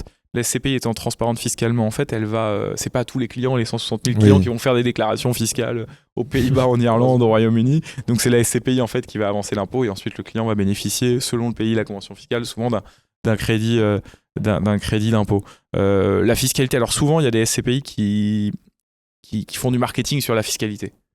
C'est vrai aujourd'hui que la France est un des pays les plus chers en Europe en termes de fiscalité. Donc c'est vrai que quand on est pas mal investi à l'étranger, c'est un peu plus favorable en général, notamment pour les gens qui ont des hauts revenus. Moi je pense, c'est mon point de vue, qu'il ne faut jamais faire son choix en fonction de la fiscalité. Quand on fait un choix de SCPI, c'est un choix de gérant, c'est un choix de confiance pour son épargne. Et il ne faut pas choisir. Je comprends qu'on veuille optimiser la fiscalité, mais vraiment, il ne faut pas faire le choix. Il ne faut pas que ce soit décidé par ça, mais je suis assez d'accord. En fonction de la fiscalité. Nous, on a plein de clients qui viennent nous voir, qui disent « Ah, c'est super, parce que comme vous êtes investi beaucoup dans tel pays ou tel pays, on a une fiscalité favorable. » Je le comprends.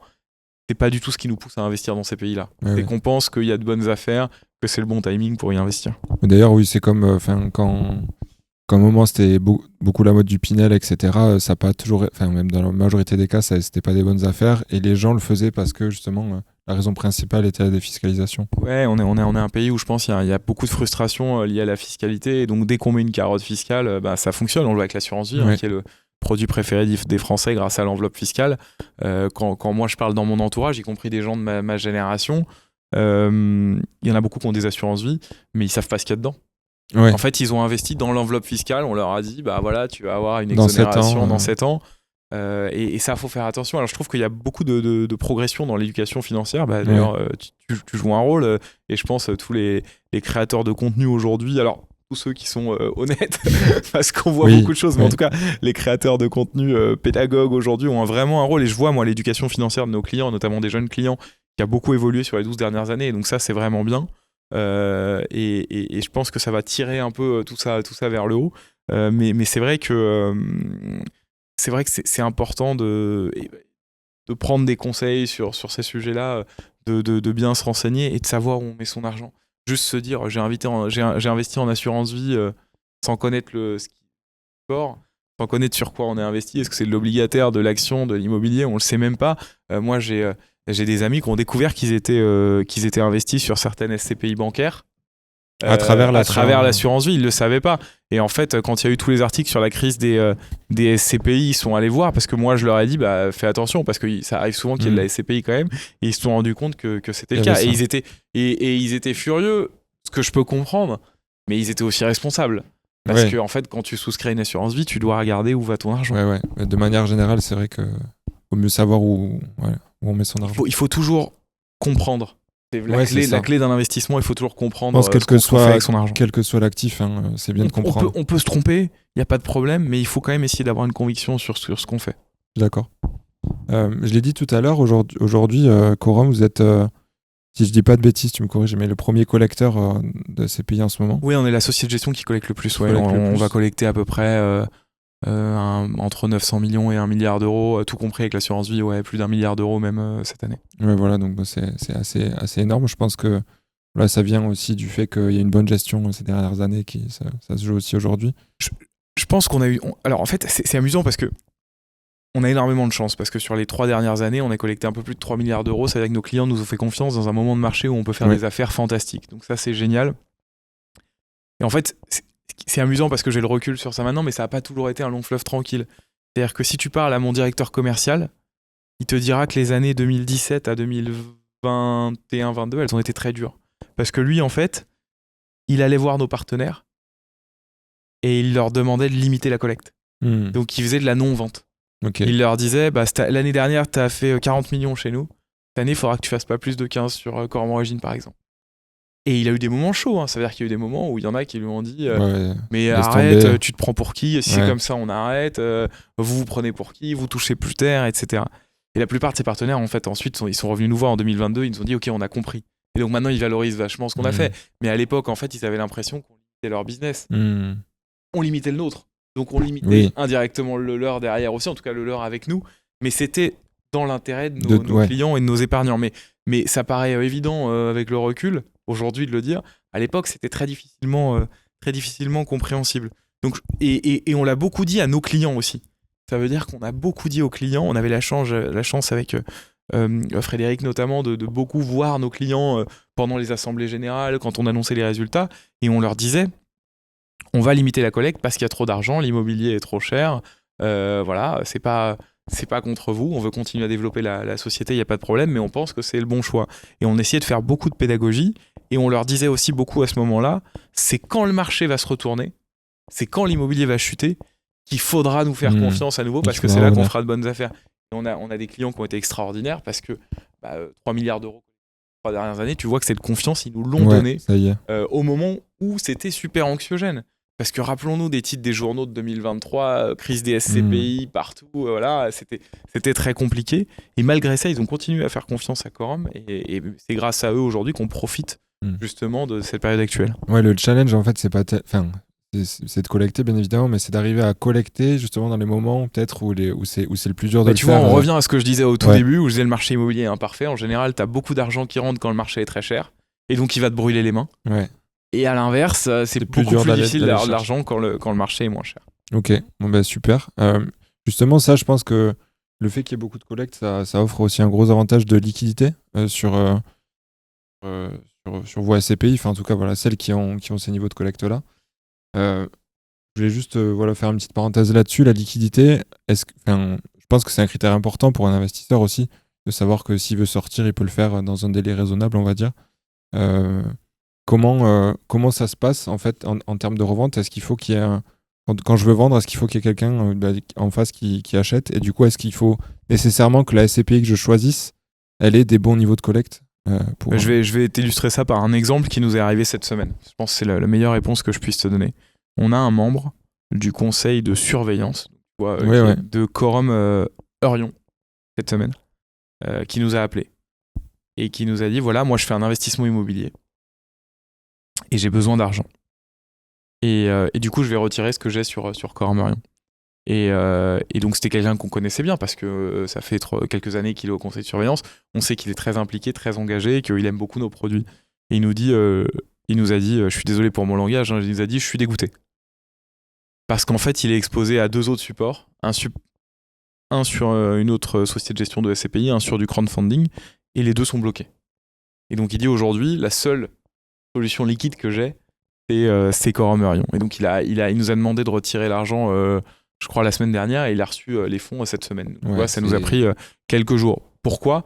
Parce qu'aujourd'hui, nous, on a un afflux de collecte positive. Notre collecte nette de l'année va être de 900 millions d'euros, donc même plus de 900 millions d'euros. Donc forcément, c'est assez simple de rembourser un client aujourd'hui. Évidemment, pour nous, c'est frustrant parce qu'on a l'impression qu'on est une forme de dommage collatéral. C'est-à-dire que sous prétexte qu'on fait bien notre travail et qu'on est liquide, on a certains clients, on a très très peu de retraits. Je pense qu'on va avoir 40 millions de retraits sur l'année pour 950 millions collectés. Donc c'est très faible. Mais ils viennent et ils sortent chez nous. Et nous, on a un système à ce niveau-là. C'est 2 choses. La première, c'est on les rembourse très vite. C'est normal, c'est leur argent. Il faut vraiment que la confiance, elle reste. Et la deuxième chose, c'est qu'on les appelle systématiquement. Ah ouais. On les appelle pour comprendre si c'est de l'insatisfaction ou pas. 98% du temps, c'est qu'il y a aucune insatisfaction, c'est qu'il y a un projet. Souvent, ils sont très déçus de devoir enlever de chez nous, mais on est la seule aujourd'hui solution liquide qu'ils ont. Et donc, j'expliquais à mes commerciaux, parce que pour eux, c'est très frustrant, je leur ai dit, mais c'est pas très grave. Parce que oui, sur le moment, c'est frustrant, parce qu'on est la variable d'ajustement, mais sur le long terme, c'est extraordinaire ce que dit le client. Ça veut dire qu'aujourd'hui, c'est la seule plateforme à qui il fait vraiment confiance pour pouvoir confier de l'argent et le récupérer. Et donc, le jour où il aura à nouveau, où il aura récupéré ses fonds, t'es le premier chez qui oui, c'est clair. Il remettra de l'argent. Donc, c'est clair, à long terme, en fait, même si là vous perdez entre guillemets un client, exactement. Ça en remporte plus derrière. Et tu le fidélises. Donc forcément, c'est frustrant, mais voilà. Et donc ça, c'est un très bon point aussi pour les épargnants, pour les gens qui regardent ton podcast. Il faut regarder la liquidité. Comment on regarde la liquidité ? On regarde plusieurs choses. On regarde la taille de la SCPI. Toujours la même chose. Plus elle est grosse, plus il devrait y avoir de la liquidité en théorie, parce que les retraits vont faire moins mal. Il faut regarder la collecte nette. Donc il faut être sûr qu'il y ait de l'argent, de l'afflux d'argent frais dans la SCPI, qu'il y ait plus de gens qui entrent que de gens qui sortent. Et il faut regarder si c'est possible, et là l'information elle est parfois plus difficile à avoir, les institutionnels au capital. Est-ce qu'il y a des assureurs qui ont des très grosses parts au capital de la SCPI ? Parce qu'en général, c'est ça qui va beaucoup impacter la liquidité. Exactement. Ok, merci beaucoup pour ces éclaircissements. On a un petit peu parlé tout à l'heure en termes de commerciaux, que vous êtes partenaire avec des conseillers, etc. Comment ça se passe du coup la relation avec eux ? Est-ce que vous comptez entièrement sur ces réseaux-là pour distribuer vos SCPI ? Est-ce que, comment ça se passe, et est-ce que vous avez mis en place des process particuliers ou des outils particuliers pour Alors on a effectivement, je crois, plus de 2000 aujourd'hui à conseiller en gestion de patrimoine avec qui on travaille, donc c'est beaucoup, partout en France et même à l'étranger. En fait, certains, c'est des historiques, il y en a, ils sont avec nous depuis 2012, certains arrivent chaque année. Donc il y a des relations intuitives personnelles, des relations de confiance. Évidemment, on valorise beaucoup ceux qui sont dès le début. C'est normal. On n'est pas distribué uniquement via des conseillers en patrimoine. On a aussi des conseillers en interne chez Quorum, donc on peut aussi investir en direct via la société de gestion. Mais oui, les conseillers en gestion de patrimoine, c'est des partenaires avec qui on travaille très bien depuis 12 ans maintenant pour certains. C'est des gens avec qui on essaye d'être le plus pédagogue possible, parce que ça devient des ambassadeurs aussi. Donc il faut qu'on leur explique notre gestion, les choix qu'on fait, pour qu'eux puissent le retranscrire à leurs clients. Donc on essaie de créer un maximum de moments d'échange avec eux. On a des équipes qui leur sont dédiées, donc des équipes qui sont dédiées uniquement aux conseillers en gestion de patrimoine. C'est notamment les équipes de Baptiste Bruno. Et on a des gens qui vont sur le terrain. Donc c'est des gens qui chaque semaine vont aller voir des CGP partout en France, qui vont aller se promener, prendre le pouls du terrain, parfois rencontrer les clients aussi, et avoir un peu les retours sur ce que les CGP et les clients pensent de nos produits, sur ce qui marche, sur ce qui ne marche pas, sur toute la partie back-office que tu évoquais, justement, les outils, comment ça fonctionne. Voilà, en général, il y a qu'ici, je touche du bois, mais ça se passe plutôt bien. Il faut savoir qu'on a aussi une grosse équipe tech chez Quorum. Donc dès qu'il y a un posé sujet, la question de si la tech c'était important chez vous. On a plus de 50 personnes à la tech. Ok. À un moment, j'avais quasiment plus de personnes à la tech qu'à l'immobilier il y a quelques années. Donc on n'est pas encore une SS2I, mais la tech, ça a toujours été extrêmement important chez nous. Pour plusieurs raisons, mais déjà, quand tu as des clients qui souscrivent en direct, il faut que ton expérience utilisateur elle soit parfaite. Ça passe par là. Et puis ensuite, la tech, ça a toujours été un point important pour nous pour vraiment être un vrai support pour la gestion. Même la gestion immobilière aujourd'hui, il y a des outils tech qui sont très, très importants. On consacre beaucoup de temps à l'intelligence artificielle qui nous fait aussi gagner pas mal de temps dans beaucoup de ce que tu disais, domaines. Même sur l'aspect recherche que tu disais tout à l'heure, tu es obligé de passer par là aussi. Essentiel. Donc oui, la tech, c'est très important. Et justement, cette équipe tech qui nous résout beaucoup de sujets et qui nous trouve beaucoup de solutions, parce que parfois, on se connecte à certains gros réseaux de CGP via nos outils. Oui, elle est assez appréciée justement de nos partenaires CGP. Ok, parfait, merci beaucoup. On arrive sur la fin de cet épisode. J'ai quelques questions encore à te poser, notamment sur votre vision maintenant avec Quorum on va dire à 5-10 ans, vers où vous voulez aller. Donc là, il y a on va dire la Quorum USA qui est toute fraîche, donc je suppose que là c'est un gros sujet pour vous en ce moment.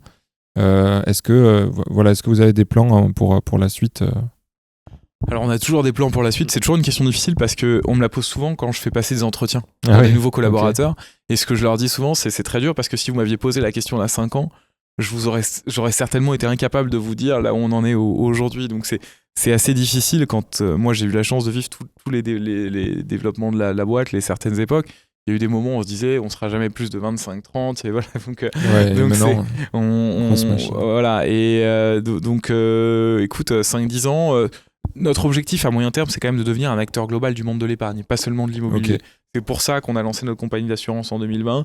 C'est pour ça qu'on a une compétence obligataire. On a lancé il y a 1 an aussi une compétence tracker avec un profil dans lequel on propose des ETF. Okay. On travaille sur d'autres sous-jacents à proposer aussi via notre compagnie d'assurance vie. Donc on a vraiment la volonté de devenir un acteur global de l'épargne. Donc à 5-10 ans, on veut devenir un acteur global de l'épargne et être reconnu toujours pour notre expertise immobilière, mais aussi pour notre expertise obligataire et notre expertise sur d'autres sous-jacents. On veut devenir un acteur majeur de l'assurance vie. Ça fait 2 ans de suite qu'on a la meilleure performance, je crois, en fonds euros. Donc c'est aussi quelque chose d'important. On a aujourd'hui plus de 700 millions d'euros d'encours en assurance vie, donc on devient petit. On est encore petit dans le monde de l'assurance, mais pour un assureur qui s'est lancé il y a 4 ans, c'est pas si mal. Et puis indépendant aussi, toujours. Et indépendant, exactement. Voilà, on a la volonté, on croit énormément au Quorum USA avec un moment de marché qui est fantastique, et donc j'espère que dans 5-10 ans, ce sera une SCPI de référence sur ce thème-là. On croit énormément au Quorum XL qui nous amuse beaucoup et qui est une SCPI qui est vouée à vendre beaucoup quand le marché notamment du Royaume-Uni va retrouver des couleurs, et donc on est impatient d'être à ce moment-là où on pourra faire pas mal de ventes sur Quorum XL et générer de la performance.